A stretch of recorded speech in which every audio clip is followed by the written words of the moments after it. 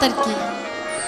আলেম সাহেবকে সব কথা তার যেমন তেমন, এইবারের কথাটা মনের মধ্যে বেশি ধরছে আর কি। কি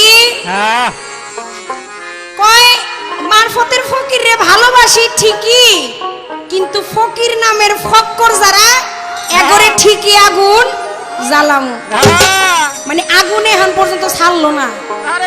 সরকার সাহেব, আমিও আলেম রে, আলেম বলেন নায়েবে রাসূল বলেন ভালোবাসি, কিন্তু আলেম নামের জালেম যারা এগরে সাইজ করি, খালি সাইজ সাইজ, হুদা সাইজ করি না, একটা মারি উইরা জায়গা। এই পর্যন্তই রাখলাম। আপনি বললেন মারফত গোপন আর গোপন, কিন্তু আমি হাদিসে প্রমাণ পাই মারফত প্রকাশ।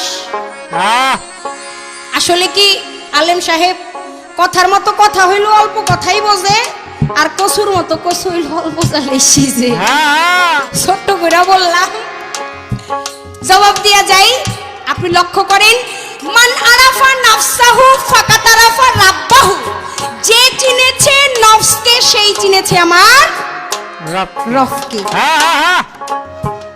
যে চিনেছে নফসকে সেই চিনেছে রবকে। আমার আল্লাহ মানুষের দেহের মাঝে, মানুষের আত্মার মাঝে বিরাজিত। আল্লাহরে কি কেউ দেখছে? না না না, এটা গোপন না। এই গোপন ভেদটাকেই যে প্রকাশ করতে পারে এইটাই মারফত। সহি জবাব। এর চাইতে হাদিসও বুঝি না, দলিলও বুঝি না, নিজের যুক্তি থেকে হাদিস ঠিক রেখে যতটুকু রইল জবাব দিলাম। এইবার সারা স্টেজ তো টুপি মাথায় দিয়া রইল, আর নিজের অভিনয় রে ফুটায় তুললো। পালার গান এই পর্যন্ত ইতি রাখলাম। প্রশ্নের জবাব বলা কওয়া শেষ। একটা বিচ্ছেদ গান আমি গাইব। আলেম কি আজকা রসালা আলেম না রস ছাড়া আলেম? যদি রসিক হয়, যদি প্রেমিক হয় তবে ভালো লেগেছে। আজকে যে আলেমের সাথে গান করলাম সে আমার বিপক্ষে না। কেউ মুর্শিদকে ভালোবাসে, মুর্শিদ ভজে, এইখানে আর কোনো কথা নাই। যে কিনা আমার মতো, আমার রঙে রঙ, আমি তারই ভালোবাসি। যদি রস থাইকা থাকে, যদি মুর্শিদকে ভালোবেসে থাকেন, তাহলে একটা বিচ্ছেদ গান আমি গাবো।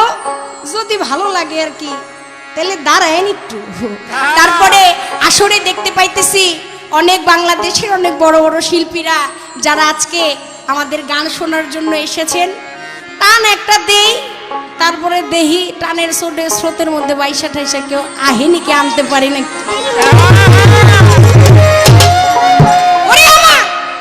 মুর্শিদ রে কই বাবা